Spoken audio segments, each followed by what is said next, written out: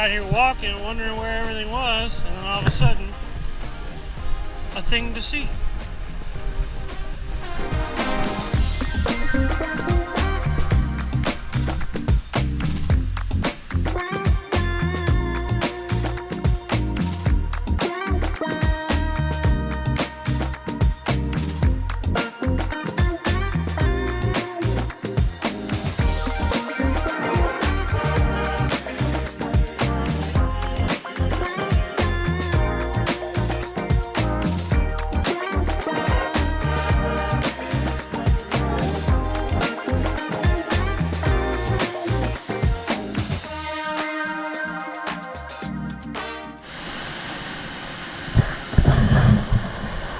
Just as I suspected, we found a log. But in fact, it is not at an accessible position.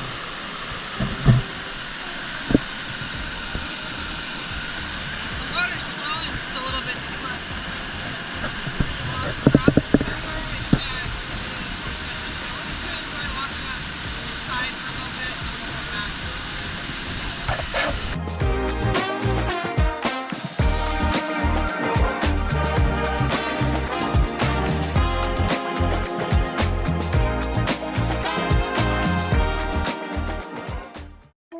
In 1986, the International Whaling Commission put a moratorium on whaling.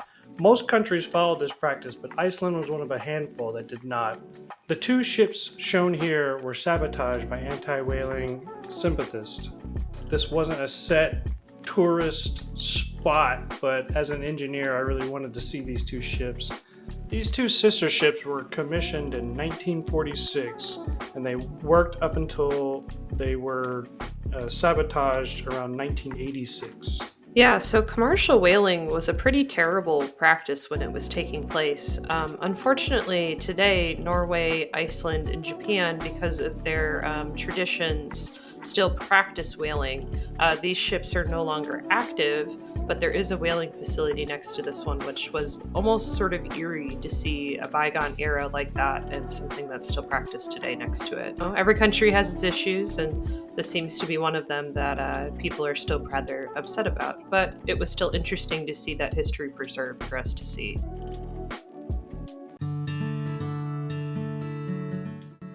So welcome to the Silfra Fissure. This is in Iceland's Thingvellir National Park. And what's really special about this place is it's between the North American and Eurasian tectonic plates. So in this area, the two plates are actively pulling apart, and there's a large fissure that fills with glacial waters that you can then see that place between the plates and be on two tectonic plates at the same time and swim through it. It's really a fascinating and unique experience.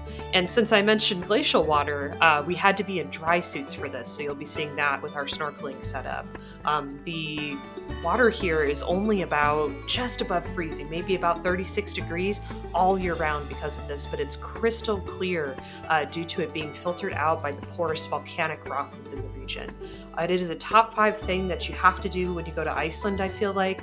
And it's why there's volcanoes on Iceland, is because the two tectonic plates in the area are pulling apart, making the crust much, much thinner. So a lot of these big fissures will come up, and same thing with the volcanics will come up in certain regions too. And it's also along the Golden Circle route, so it makes it really accessible from Reykjavik if you're going to be close to there, or if you're going around the whole area. Highly recommend, so I hope you enjoy some of the clips that you see here.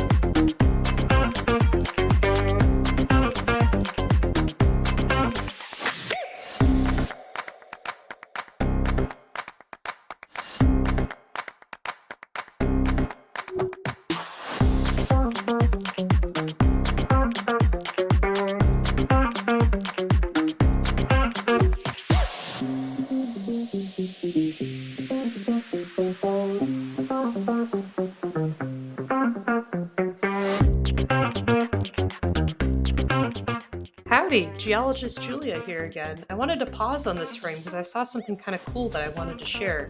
So you see these sort of like ropey arrow sort of shaped bits that are going up this way? So this is the top part of an old lava flow. Granted, it's fallen down into the Silfra Fissure that's here, but this is a type of lava that is called Pohoihoi lava, which sounds like a mouthful, but it's just a Hawaiian word that means ropey. So this means that this lava flow had a lot of heat to it, so it was able to flow naturally across the surface. So if this was in place and not in the middle of a fissure, we could actually tell which way the lava flow was flowing when it was active.